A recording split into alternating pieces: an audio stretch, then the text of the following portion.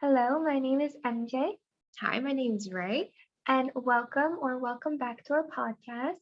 Today we will be talking about Penthouse Season 3, Episode 6. We're going to be doing a brief recap, and then we're going to be stating some of our predictions for Episode 7. Mhm. Okay, so let's get started. What did you think of the episode as a whole? Let's start there. I think the episode was definitely very important because it provided a lot of information that helped fill in the gaps hmm for what was happening. Yeah, you know, um, I think there are they revealed secrets like background alliances, things that we didn't know. I think everyone's motives are revealed. Mm-hmm. Um, yeah, we could see people's strengths and weaknesses mainly in this episode. Mm-hmm. Okay. I agree. Yeah. And let's talk about episode 6. So, the first thing that happened was Eunbyo waking up. Mhm. We find out here after she regains consciousness that she actually saw Cho Seo-jin, her mother, push Woo Yoon-hee off of the cliff. And I was quite surprised by this because I thought she was unconscious the whole time. But then they revealed that when her mother arrived at the scene, when Cho Seo-jin arrived at the scene, she was regaining her consciousness. So she did see everything that happened. Mhm. We don't know the extent of it because the only thing they showed in the episode was Cho Jin like pushing the car Mm-hmm. and that and Unini like pushing it back, trying to save um Cho Jin's daughter. We don't know if she saw Judante. She heard about, Mm-hmm. all those details. That is true. Yeah. And then we find out that she calls her mom a monster and would not want to be associated with her and that she doesn't want to turn out like her mom. So she asks her mom for memory loss medication. And at one point, Cho Jin does agree to give it to her because she wants Emil to focus on her studies, especially since now that she got into Seoul National University. But then we find out that she actually doesn't give the medication Mm-hmm. because she wants her daughter to beat this on her own. Yeah, to overcome it and be mentally strong. Yeah. In a way, I like that Cho Soo-jin is doing this because she said no more drugs. Mhm. Like she was drugging her daughter in the past, but now she's trying to become a better mom. Like you can see that, but I feel like it's gonna be very hard on Eun. I think it's also because she saw, the side effect that Yunbil had Yeah, after taking the memory loss medication. I don't yeah, think she wants a repeat of what happened in season 2. for sure. But then we find out that someone actually interferes Mm-hmm. with, you know, her medication and stuff. So we'll talk about that later. And then the next thing that happens is the scene, which is Shim Soo-dan and Verona cleaning out Woo Yoon-hee's bedroom. And here Shim Soo-dan finds her suspect board. And we predicted this, which I'm happy about. She finds her suspect board, so now Shim Soo-dan is retracing Woo Yoon-hee's steps to find out what she was looking for. Mm-hmm. What was that secret that she had to tell? Yes, yeah. She even goes to the doctor Woo Yoon-hee went to see. Mm-hmm. Um, That's where she finds out that Unini knew that she actually gave birth to twins, mhm, or was looking to see if she gave birth to twins. correct, yes. And then she also goes to the investigator that Woo visited, and she's just trying to piece together what was Woo trying to tell her before she died, Mm-hmm. which hopefully she finds out Mm-hmm. soon. Yeah, at the detective's office, she finds out that Hyun's real birth mom, Hmm. um, she died, and Jenny's dad was actually accused of murder. Right. I mean, she's also confused by it because Jenny's dad and Hyun's real mom had no connection Mm-hmm. whatsoever. So, and then we also see that Jenny's dad confesses to his wife, Jenny's mom, that Judante made him dispose of Uyunhee's body because Judante can accuse him of murder. So we find out that happens, and then we also find out that Jenny's mom goes to Shimsoran to ask for help. And I'm actually happy that these two are pairing up. I think they would be a great balance for each other. Mm-hmm. Yeah, and um, basically she's coming to Shimsudan because she has no one else to go to at this point, and she just wants to live the life she wants to. Like she's done being under. Under the bully that Judante is, she's more worried about her daughter, I think, Yeah. more than anyone. Well, in this whole series, I think everyone's just worried about their kids. Mm-hmm. Yeah, for sure.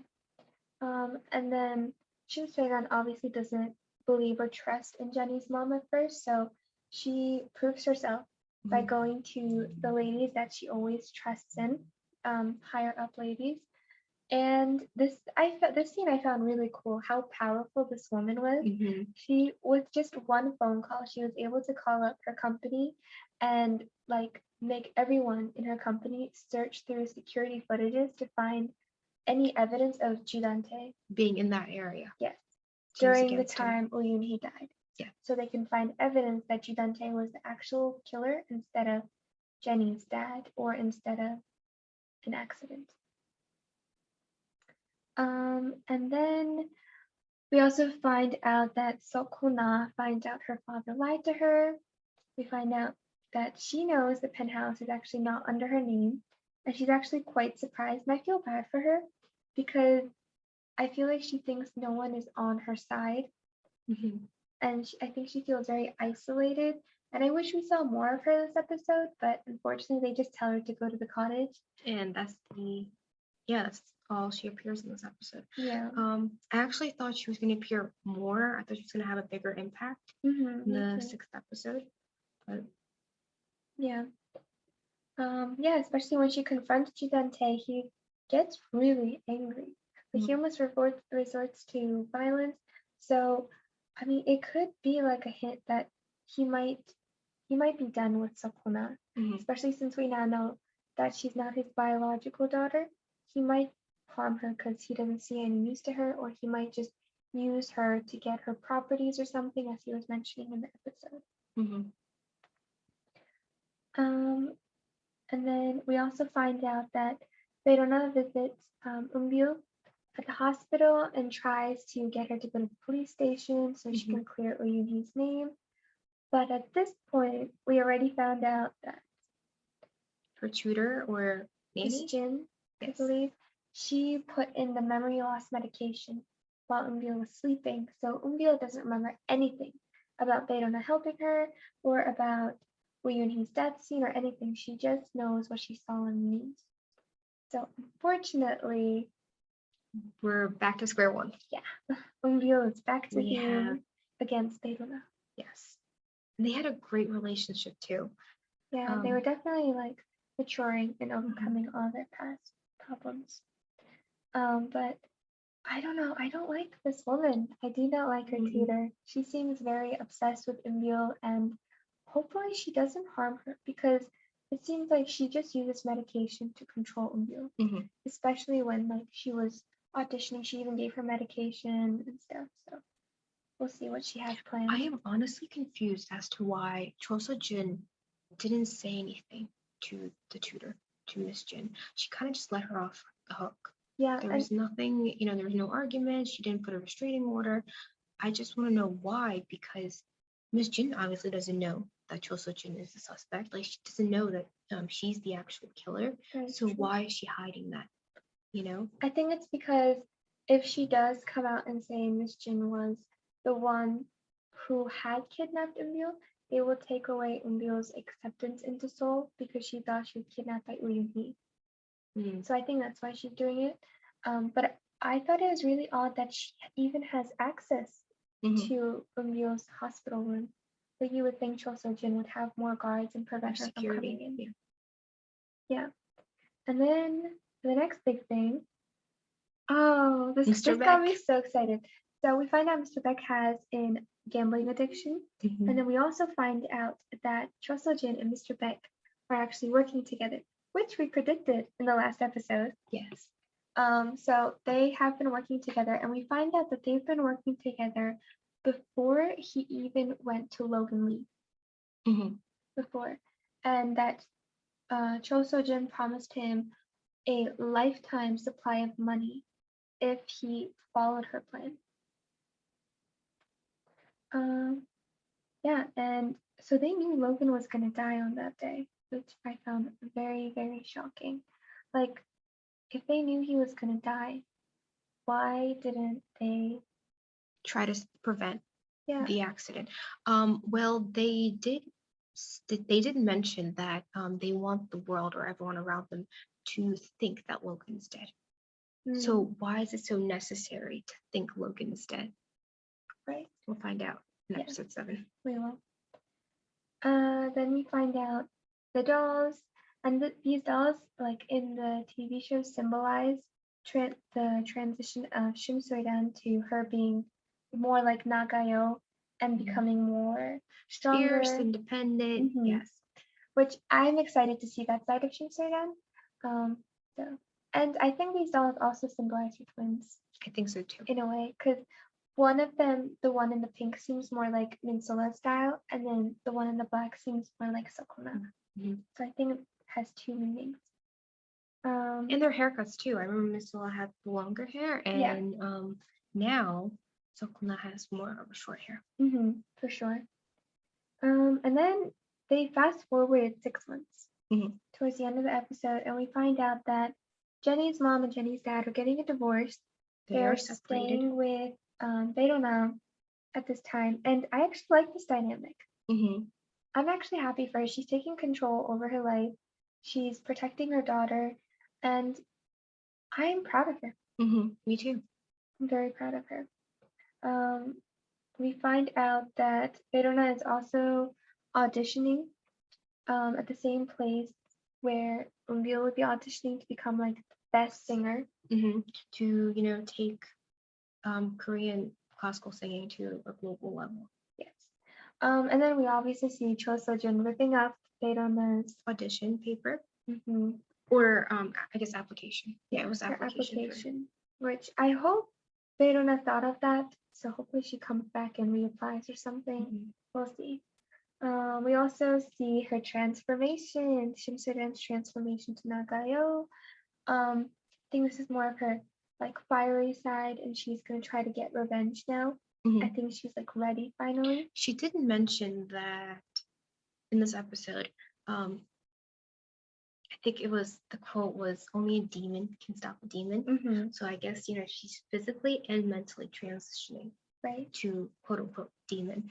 And she also said that she doesn't trust the law anymore, so she's taking everything into her own hands. So it will be really interesting how she takes down all the villains. Yeah, for sure. And then we find out what everyone has basically been speculating, that Logan Lee is alive. But the most important thing we find out about this is that the person who is controlling Dr. Ha is Cho Seo-jin. Yes. And we predicted this also. But we didn't predict it like to the extent that Penthouse shows. Yes. I am here for this though. I'm so excited. And then we find out that the day that Logan Lee died, when there was a big explosion, they actually had planned it out before Cho Seo-jin, and her and her secretary took Logan's body and actually took it away. So he wasn't technically dead. They just hid him and kept him here under like hospitalization by themselves. And they wanted to make it seem like he was dead to everyone. And Mr. Beck was actually in on it. So he actually betrayed Logan Lee to help Cho Seo-jin. And we actually have theories on why later. We'll explain that. But yeah, officially we can say it's Logan. Logan Lee's alive. Barely. Yes. And then we find out that she wants Logan alive no matter what. But the weird thing is she doesn't need him to be functioning like an actual human being. She just wants him alive. Which I find kind of crazy. But we have theories on that. And that is how the episode ends. Yes, so we see, I guess all the power dynamics have changed now. In this episode, we see that the women are actually more powerful than the guys. Like they're taking initiative and they're taking everything into their own hands. And yeah, I'm excited to see what they have planned. Okay, now on to our predictions. So we have a couple of predictions. we think that Cho Seo-jin had a tail on Logan Lee Mhm. when she was in prison, and that is when Logan went to visit Mr. Beck at the mental institution. So we think that her secretary actually went after Logan, saw Mr. Beck, and then talked to him and was like, "Why is Logan talking to you? Like, what does he need from you?" And then he actually bought Mr. Beck so he could help Mhm. Cho Seo-jin.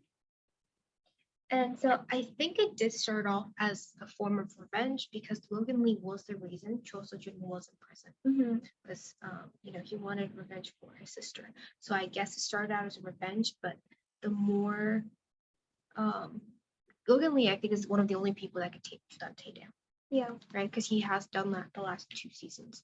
And so she knew that it was going to be Logan who was going to help her, not help her, but through him, she could take Dante down. So I think she's using it for 2 reasons. yeah, definitely.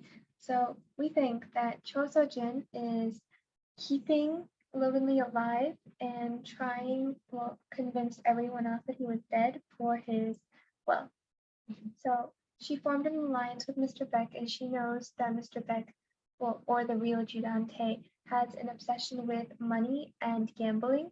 And I think the way she bought him was she promised him, as we see in the episode, a lifetime supply of money. So I think she's keeping Logan alive to get all of his wealth and inheritance and give it to Mr. Beck. And then Mr. Beck, in exchange, is going to give information on the fake Jihante and help Cho Soo-jin bring him down. Because he obviously knows that Judante is pretending to be Mr. Beck or like his real Judante, his life. Mhm. Yeah. And we also might think that now that Umbil is in Seoul National University, she's getting very it's getting very competitive for her. She's under a lot of pressure. And we find out in like the little previews that her mom tells her, "You need to be better than me." So Mhm. I think she's gonna see her mom in competition, and I think she might either try to commit suicide or even attempt to kill her mother Mhm. because we see that Real is very mentally unstable, Mhm. and whenever she sees someone as competition, she just needs to get rid of them. Mhm. So I think if she sees her mom as competition, she's gonna try to get rid of her so she can be the best. Her old habits are back. If you look at the preview, they do show that she started popping pills again. So I think it's just going to make her more unstable. Yeah, for sure. Oh, and then also we find out in the little preview that Verona and Sokun are gonna break up. Unfortunately, yes. Yeah. And I think honestly, it might be because of Judante. Mhm. Like he's probably gonna be like, "You need to listen to me from now on because you're my son. I want you to break up with Verona. She's no good for you." And I think he's just Sokun's gonna do it to protect Verona. Yeah, maybe there was a threat, or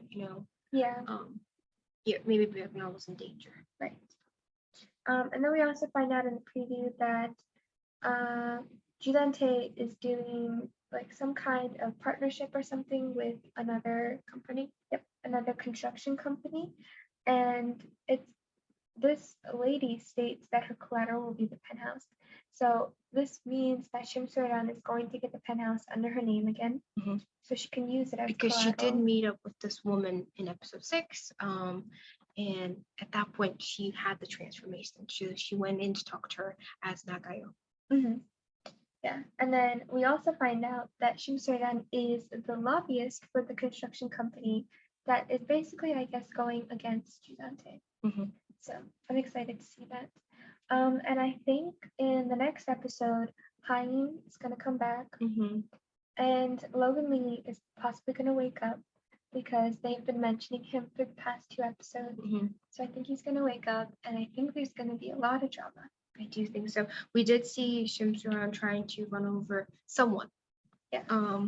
With her car, and I think it did look like Judante. It did. It looked more like Gigante than Mr. Beck. At first, I thought it was Mr. Beck, but it seemed like Gigante. And I don't think she's actually gonna run over him. I think that just might be like her mental image of what she wants to do to him or Mhm. something. But I could be wrong. We'll find out in episode 7. And I just wanted to say that, just like I said before, I wish that the writers didn't make Cho Soo-jin the killer of Nini, because that is what I wanted. I wanted, do you know how Cho Soo-jin is like trying to keep Logan alive, and like she has this whole elaborate plan that we don't know to like the full extent of. And I was hoping that the three women would come together to take Judante down. Yeah, I was definitely hoping for that too. It is completely different than that. Because in this episode, it did seem like the writers are trying to redeem, in a way, Cho Soo-jin, but there's always going to be that idea that she is the killer of the movie. That is true. But I did find it surprising, like, to the extent that Cho Soo-jin went to get Logan, and like the amount of information she knew when Judante was getting out, when they bought the bomb. I find that really cool. And the fact that she purposely knew he was going to do that and took photos to blackmail Judante with later, that was really cool. She's still one of my favorite characters, even though she killed Uyun-hee, but I'm excited to see what she has planned. Me too. All right, thank you so much for watching. That is it for this video. I hope you liked it and I hope you enjoyed. Please join us for the next video next week, hopefully. And if you liked it, please hit the thumbs up button. If you have any other ideas or thoughts or predictions, please put them in the comment box. Yes, we would love to hear them and read them. Thank you so much. Bye. Bye.